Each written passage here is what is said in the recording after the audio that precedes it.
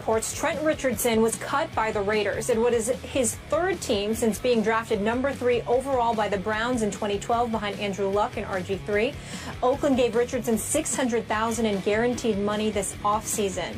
Ryan, your reaction?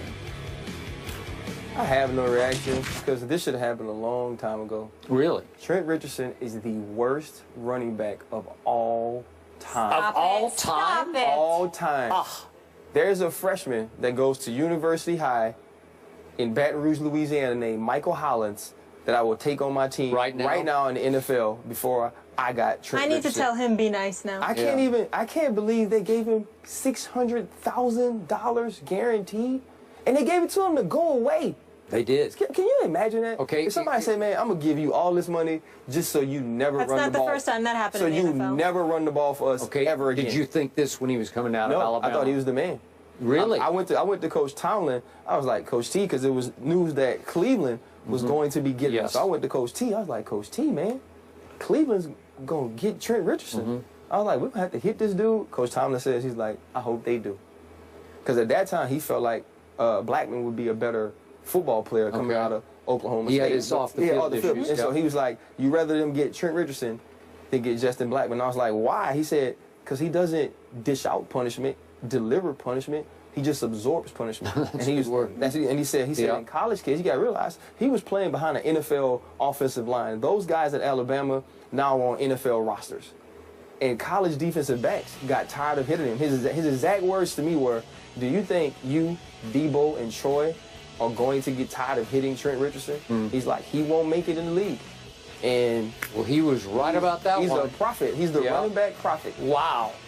Now seriously, there's some hyperbole operating here because I could go back and I don't have time because we're about to run out of show, but I could show you a lot of running backs who are worse than him, but maybe not high pick running backs who are much worse than he was. Yeah, obviously his guy. Is it possible he was somewhat a product of a dominating Alabama offensive line that allowed his first contact to be 4, 5, 6 yards upfield, and then he absorbed contact in college football, and they got tired of absorbing it back. So he could just run over people or through people and get away with it in ways he couldn't here.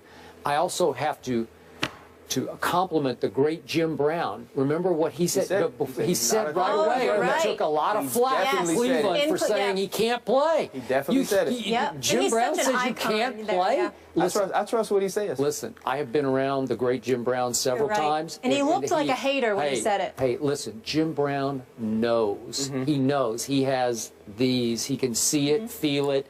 Jim Brown is underutilized by the NFL. He should have been a coach. He should have been a personnel director. You know, whatever. Jim Brown knows who can play and who can't, and he proved it once again. The sad part about Trent Richardson, though, he was a star in high school. I remember when he was at Alabama playing behind Ingram, I said to myself, this guy's probably better than Mark Ingram was. You want him to come in the league and do well, and I think it's a sad situation that he wasn't able to live up. It was very sad. I don't know if this is his last stop, but it kind of feels like it might be. Right. At age 25, boy, a lot of people wouldn't have predicted that. When you get picked third, though, people give you shots, so they can bring him in for free. Maybe. Ryan, you're with us often. Sorry to cut you off, but not usually the whole show. Thank you so much. So many great points. Skip had a couple. I had one. You had that one. Your bar is set so high, Skip. You'll be on NFL Live later. Nelly is with us tomorrow. Nelly. Stephen A is still off. We miss you. Disagree with my decision. It happens all the time. But I believe the course of action we chose really is in the best interest of USC and Steve Sarkisian, and maybe just as importantly or more importantly, our players. So that was USC Athletic Director Pat Hayden on Trojans Live on ESPN Radio, explaining why he chose not to disband USC head football coach Steve Sarkisian after his embarrassing behavior at the Salute to Troy event on August 22nd. Skip, do you have a problem with the way Pat Hayden handled this situation? Molly, Ryan, yes, I do. Let me just say, more to the point, I'm just not completely comfortable with the way Pat Hayden dealt with a close friend of his and Steve Sarkisian. I've known Pat for a long, long time. Back in the day, I actually covered Pat when he was the quarterback of the Los Angeles Rams out of USC. He's a pretty good quarterback, by the way, for being a pretty little guy. I admire him. I believe in him. I believe in his value system. But he's very close with Steve Sarkisian. I know he likes him immensely. Most people who cover him or meet him, I've met him just recently here. I think I met him. You also did? Had dinner with him. Did you? You had dinner with him? Yeah, he was awesome. I was trying to convince him that, hey, I got a son that's a freshman, you know what I mean, going swing down Louisiana, so.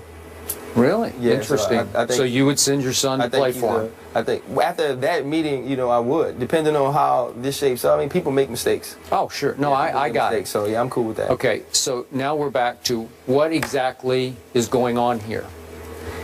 If, in fact, Pat Hayden's friend, Steve Sarkisian, has a problem, and I'm not sure exactly how to define it, but if you can define it as a problem, right, then as his friend, Pat Hayden should have exercised more tough love and forced him into a sabbatical, into some sort of rehabilitation situation where he needed to go away and fix his problem, if in fact it runs that deeply.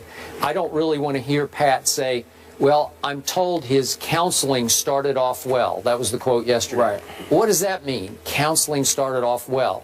We've made jokes about the old Riley Cooper situation where he was sent away for the weekend. Yeah. Counseling. Well, what counseling? Well, is that what's going on here? Because Pat was in a tough spot. USC's been down a little bit for a while.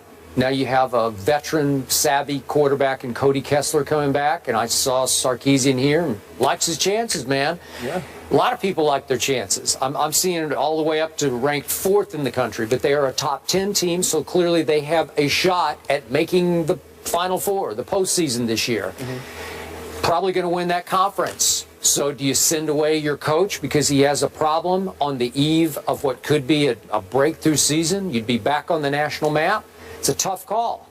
Pat Hayden did what he thought was best for the program, maybe more so than for his friend, Steve Sarkisian. That's my take. Let's also point out this is the first year they're not under the NCAA sanctions anymore. Good point. So Steve Sarkisian, just when I met him, was genuine. He was fun. He was bright. He wasn't behaving the way he behaved there. So I don't know if it's a problem. I've only seen him that one time, and he was fine that night. So for me, I don't know how deep this runs. He came out and said afterwards he didn't have a problem. It was a mix of medication and a mix of alcohol. So I will take him for his word. Well, he actually said he didn't know if he had a problem. Was his response. Okay, so go ahead. So we take him for his word. He doesn't know if he has a problem. He's going to get help.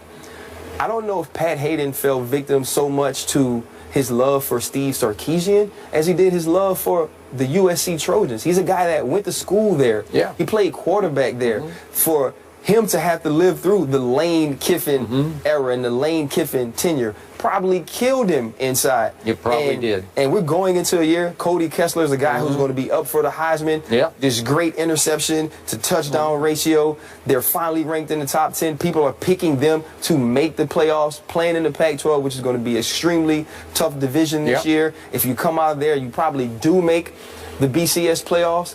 And he was faced with the decision. Do I make the decision that maybe puts my team in jeopardy, my school, the place I love, in jeopardy of not accomplishing all these things? Like you said, we are on the eve of accomplishing to help Steve Sarkisian when I don't know how deep it runs. You know, he talks about the meeting they had and how forceful he was. And I know Steve got my point. I got my point across very sternly and these different things. I don't know if he was worried so much about getting Steve Sarkisian help as he is about the USC Trojans being a good football team, winning early games in the season, and not disrupting that. So for me, I don't think he handled it well from this standpoint. Whether he has a problem or not, the public perception is whatever you have going on was more important than you being able to function at this important event. So if I'm a kid on that team, if I'm a parent of a kid on that team, and I'm trying to explain to him how to behave, how to conduct himself, how to be an adult and be responsible, be accountable, I can't say that Pat Hayden held him to the standard I would want him to be held as a man who's now a mentor, a coach, the safe keeper of my child while I'm away, while he's at that school. So for me, Pat Hayden has to make a different decision for the program. And if the kids are really who's important to you, you set a tone that not only are you going to be held to a high standard, but the people that we put in charge of coaching you, the people we put in charge of recruiting you, are going to be held to a higher standard. So now when Steve Sarkisian sits in the kid's home and he talks about his rehabilitation process and the things he's had to do to be the coach of the USC Trojans, part of it is I made a mistake, I was punished sternly and harshly, I accepted it, I'm better now, and if you go through things, I can also help you.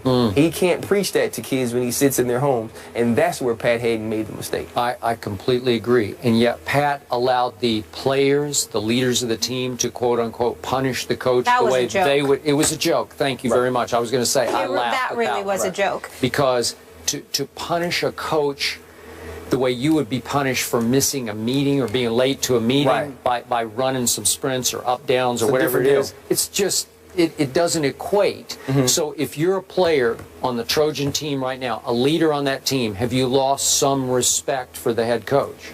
I don't know necessarily if you've lost respect for the head coach, but here's when you lose the respect. Here's when it becomes an issue. If I'm a player, we win a big game on Saturday night, I'm in LA, I go party, I have a couple, I'm walking down the street, I have disorderly conduct, and now it comes time to punish me. Are you going to make me run? Do they punish me by doing up downs? Or are you going to try to suspend me? Will I be held to a higher standard than you hold your coach? So that's where your issue comes in. How do you discipline players now once they get in trouble? I think three main points here. Is he protecting his guy? Is he protecting the school? Or are you sending a message to your kids? I just truly hope it's an isolated incident, and that we'll see moving forward. How's Oakland handling this, gentlemen? The Raiders are paying Trent Richardson $600,000 to not play with the team.